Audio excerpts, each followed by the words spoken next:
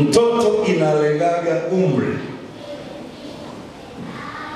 Mwana inalenga uhusiano wa damu. Mwana wa Tanzania, mwana wa Afrika, mwana wa Mungu. Inalenga uhusiano na wala hailengi umri hata kidogo. Mtoto ni age, umri.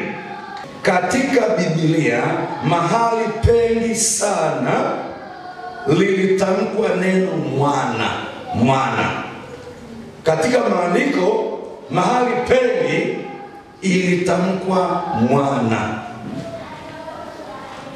Mungu hakuwahi kumwita Yesu mtoto. Mahali popote alisema huyu ni mwanangu niliyependezwa naye, msikieni yeye. Analenga uhusiano, ule uhusiano, ukaribu.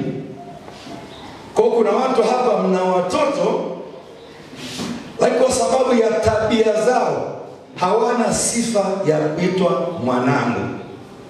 Mahali popote ambapo mtu anasema mwanangu anamaanisha intimacy, anamaanisha ule ukaribu, upendo, uaminifu. Kwa mtu akimwita mtu mwanangu ina level nyingine ya kimahusiano. Kwa hiyo mwana inahusiana zaidi na uhusiano wa kuzaliwa. Mwana hutumika zaidi kuonyesha uhusiano wa damu au ukoo na sio umri. Mtoto ni umri. Mtoto mdogo wa miaka 2, 3, 4, 5, huyo ni mtoto. Lakini neno mwana ni neno la kifahari au la heshima. Neno mwana ni neno la kifahari ama la heshima zaidi kuliko mtoto. Mtu akikuita mwanangu hata wewe unajisikia kudeka. Bwana asifiwe. Mtu akikwambia mwanangu hata wewe unasikia raha. Kwa pamoja hata mwanangu hata wewe unadeka, unavimba kwamba yani hapa mimi ninaheshimiwa, napendwa, nakubalika, naaminika, yani hapa mimi ni mrithi mia ya mia. Kama hujawahi kuitwa mwanangu una tatizo. Na kama baba yako au mama yako hajawahi kukuita mwanangu, kuna shida ya kimahusiano. Na kama wewe ni mzazi, kama wewe ni nani? Ni mzazi na baba yako au na mtoto wako hujawahi kumuita mwanangu, kuna kitu fulani hapo katikati kinampa yule mtoto mimi sikubaliki, mimi sipendi, mimi sithaminiwi hivyo. Yaani mtu akikuita mwanangu unavimba hata kichwa, unasikia yes. Kwamba mimi nina uhusiano wa karibu sana. Kwa neno mwanangu linalenga zaidi mahusiano ya kina, mahusiano ya karibu. Mfano, Yesu anaitwa mwana wa Mungu. In many areas, mahali pengi Yesu aliitwa mwana wa Mungu. Yesu anaitwa mwana wa Mungu zaidi kuliko mtoto wa Mungu. Nikupe Mathayo 3:17, na tazama sauti kutoka mbinguni ikisema, huyu ni mwanangu mpendwa wangu ninayependezwa naye. Hiyo ni Mathayo 3:17. Na hili neno limerudiwa sehemu karibia 7 au zaidi kwenye maandiko. Huyu ni mwanangu mpendwa wangu niliyependezwa naye, msikieni yeye. Kwa sababu mpaka Mungu aseme huyu ni mwanangu, akaongeza mpendwa wangu, akaongeza ninayependezwa naye. Maana kuna sifa ambazo Yesu anazo za kuitwa mwana. Hata katika kanisa tuna tatizo kubwa sana la watu ambao hawana malezi ya kujua Mungu ni Baba na kujua kwamba kanisa ni moja. Leo hii mtu hapa anafanya uchafu, tukitaka kumsaidia kiroho anasema kuna makanisa mengi bwana. Anaondoka hapa anaenda pale. Kwa anakuwa anakuwa ni chokora, mtu huyo hawezi kamwe kuwa mwana. Kuna vitu ndani ambavyo havitakaa vipone, kikiwepo kiburi. Na hakuna dhambi mbaya kama kiburi. Kitabu cha Waebrania 5:7, yeye siku hizo za mwili wake alimtolea yule awezaye kumwokoa na mauti, na kumtoa katika mauti, maombi na dua pamoja na kulia sana na machozi, akasikilizwa kwa jinsi alivyokuwa mcha Mungu. Sasa ongeza mstari unaofuata. Na ingawa ni mwana, sema na ingawa ni mwana, alijifunza kutii kwa mateso yaliyompata. Kuna maandiko kadha wa kadha yanaonyesha kwamba Yesu alikuwa ni mnyenyekevu. Bali kwambie, hata kama sijafika huko, miongoni mwa sifa mbili kubwa sana za kuwa mwana ni utii na unyenyekevu. Andika. Miongoni mwa sifa mbili kubwa sana ili kwamba uitwe mwana, there is no way utaepuka kuwa mtii na mnyenyekevu. Mtii na mnyenyekevu. Ndio maana Yesu anasema, jitieni nira yangu na mjifunze kwangu, kwa kuwa mimi ni mpole na mnyenyekevu wa moyo. Na maandiko mahali pengine anasema alitii mpaka mauti ya msalaba. Sasa leo hii, na unajua neno utii kwa Kigiriki ni hupotaso. Hupotaso neno la kijeshi zaidi, military term. Neno ambalo unauza haki zako, unauza uhuru wako, unafanya kile ambacho mkubwa wako anataka. Leo kuna Wakristo wengi wakaidi, wengi wakorofi, wengi wana kiburi, wengi wanaenda wanavyotaka. Ndio maana hata kanisani mtu anakaa, lakini akiwa kanisani bado mguu mmoja nje, mguu mmoja ndani. Hata hapa mpo. Tulikuwa tuko pale kwenye Mathayo 3:17, tazama sauti kutoka mbinguni ikisema, huyu ni mwanangu mpendwa wangu ninayependezwa naye. Mathayo 17:5 alipokuwa katika kusema, tazama wingu jeupe likawatia uvuli, na tazama sauti ikatoka katika lile wingu ikasema, huyu ni mwanangu mpendwa wangu ninayependezwa naye, msikieni yeye. Huyu ni Mungu anamintroduce, anamtambulisha Yesu kwamba huyu ni mwanangu. Nikimwambia shuka anashuka, panda anapanda. Nikimwambia, yani yuko kuyatenda mapenzi ya Mungu. Kwa maana mengine, kama hauko katika, huwezi kamwe ukawa mwana kama huyaishi mapenzi ya Mungu. Write it down. Hauwezi kamwe. Na nisiye nikasahau, hauwezi kuja kuwa na wana kama haujawahi kuwa mwana. Andika hii. Hauwezi kuja kuwa na wana kama haujawahi kuwa mwana. Hauwezi kuja kuwa mchungaji kama haujawahi kuchungwa. Hauwezi kuja kuwa mzazi mzuri kama haujawahi kuwa mtoto mzuri kwenye familia. Namna nzuri zaidi ya kuja kuwa baba mzuri na mama mzuri, jifunze kutii na kunyenyekea na kuheshimu. Ninyi mnaotamani mwe na watoto waaminifu, wenye adabu, wenye utii, wanyenyekevu, panda mbegu. Okay. Maandiko mengine ni Marko 1:11, na sauti ikatoka mbinguni, wewe ndio mwanangu mpendwa wangu. Wewe ndio mwanangu mpendwa wangu, nimependezwa nawe. Hiyo ni Marko 1:11. Luka 3:22, Roho Mtakatifu akashuka juu yake kwa mfano wa kiwiliwili kama hua, sauti ikatoka mbinguni, wewe ndio mwanangu mpendwa wangu, nimependezwa nawe. Luka 9:35, sauti kutoka mbingu ikatoka katika wingu ikisema, huyu ni mwanangu mteule wangu, msikieni yeye. Kwa sababu hiyo, mahusiano kati ya Yesu na Mungu yalikuwa sio mahusiano ya baba na mtoto. Yalikuwa ni ya baba na mwana. Baba na Mwana. Ukitaka baraka kamili kutoka kwa mzazi wako na kutoka kwa Mungu, kubali kuwa mwana. Ukitaka baraka kamili kutoka kwa mzazi wako, ama basi mlezi wako, ama mchungaji wako, kubali kuwa mwana. Ukitaka baraka.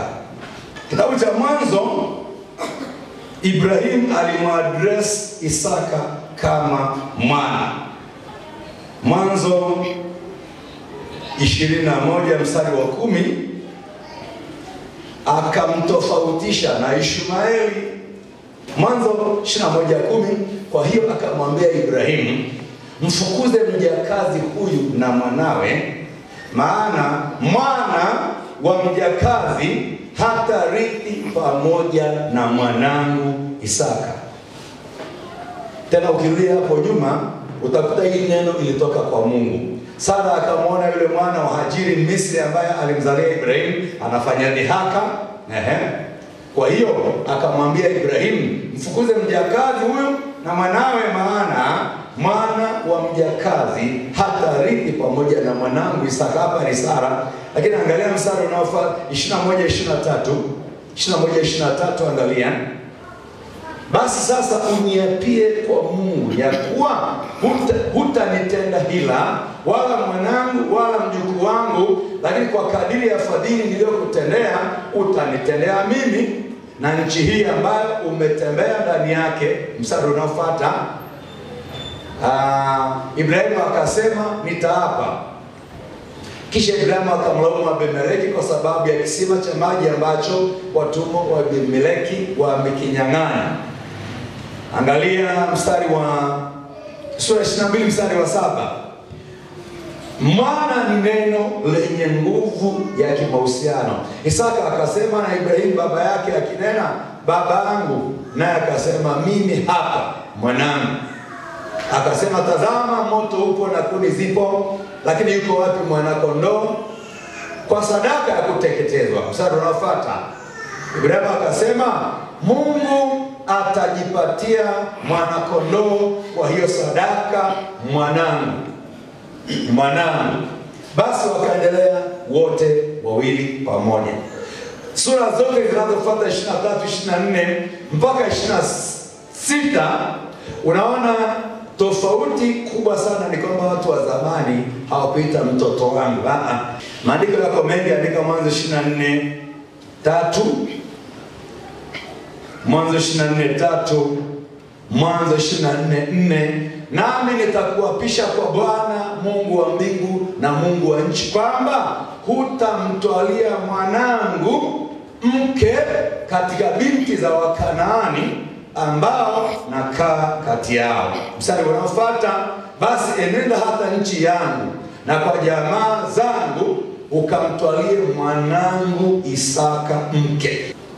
Angalia kitabu cha Timotheo wa kwanza sura ya 1 mstari wa 2.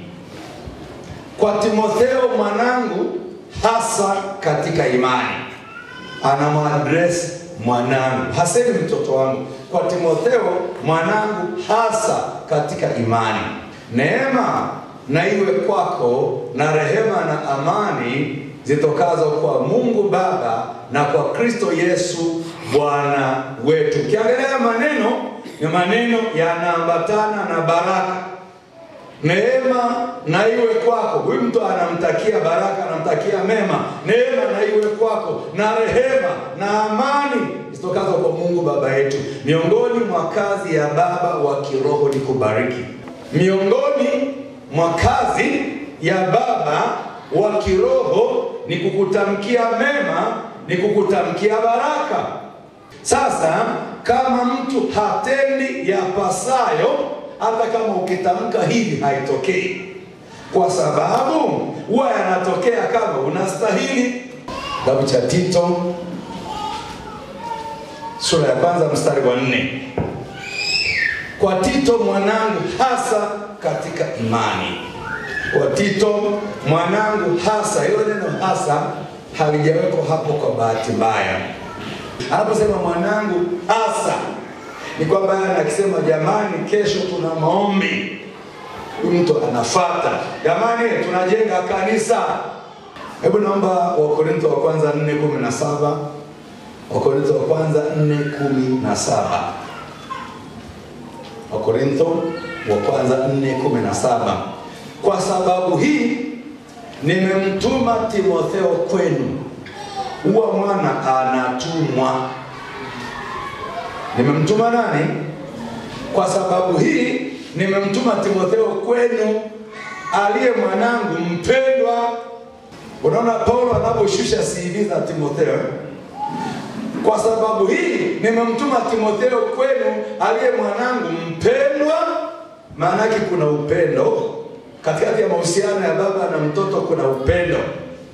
Kwa kama unipendi wewe sio mwanangu. Ukienda kwa baba sio cheo, lakini ni mahusiano ya kimalezi zaidi. Mahusiano ya kimalezi, malezi. Kwenye kulea kuna kushauri, kuna kuonya, kuna kukemea, hivyo kuna kuombea, inakuwa ni mambo ya kimalezi zaidi. Lakini namba 2, kwenye majukumu, mchungaji anafanya majukumu ya kuchunga, anafanya majukumu ya kufundisha, anafanya majukumu ya kutunza kundi, anafanya majukumu ya kuhudumia kondoo ama wanakondoo wa Mungu. Lakini baba wa kiroho, yeye anafanya kazi ya kukuza na kuelekeza. Kukuza na kuelekeza. Atataka kukuza huduma yako, atataka kukuza kiroho chako, atataka kukuza uhusiano wako na Mungu, atataka kuelekeza na hata kusahihisha. Anataka kukwambia usinyoe kiduku, anataka kukwambia bwana usivae hivi. Hivyo anasahihisha, maana kuna vitu anataka atengeneze kwa huyo mtu. Hapa anakuwa ni baba, analea na kukuza mambo kama hayo. Namba 3, wigo wake. Wigo wa mchungaji, anahudumia kanisa lote. Kwa kama mchungaji anaishia madhabahuni, hana muda na kondoo. Ni mchungaji tena, anaweza kama mchungaji mzuri sana, lakini kama hana muda na wewe wa kukusikiliza na kuongea na wewe na kukushauri hivyo na kukuombea na kushiriki mateso yako. Nilimwambia kwamba kuna watu tunafungaga nao siku 3. Anakueleza changamoto zake, unamwambia bwana, kwa kweli hii changamoto, hebu tuende mbele za Mungu tufunge na kuomba siku 3. Hebu tufanye maombi siku 7. Hebu tukutane kila siku saa fulani mpaka saa fulani tumlilie Mungu. Hivyo hapo anakuwa ni baba. Maana yake anafanya huduma ya mtu na mtu, on one. Hiyo ndio baba. Mtoto anakuwa na ukaribu, ndo anakuwa mwana. Ule ukaribu, ile kuongea, ile kushirikishana na kadhalika. Lakini namba 4, mamlaka. Mamlaka ya mchungaji ni mamlaka inatambuliwa rasmi na kanisa, kwamba yule ni mchungaji, yule ni pastor. Lakini baba anaweza asitambuliwe kwa maana hiyo na bado akawa baba, kwa maana ya kwamba ana malezi ndani yake, ana ushauri ndani yake, ana hekima ndani yake, ana kitu cha kimungu cha kusaidia watu. Hapo anakuwa anaitwa baba. Lakini kwenye mahusiano ya kichungaji ni ya kiofisi zaidi. Ni ya kiofisi kwa maana ya anatambuliwa kama meneja, kama msimamizi hivyo. Lakini mahusiano ya baba kwa maana ya yale malezi ya baba na mwana, anakaa na mtoto huyo, anamwekezea vitu vya kimungu, anamuingizia ufahamu, anamuingizia ushauri, anamuingizia hekima hivyo. Hapa anakuwa ni baba wa kiroho. Amen.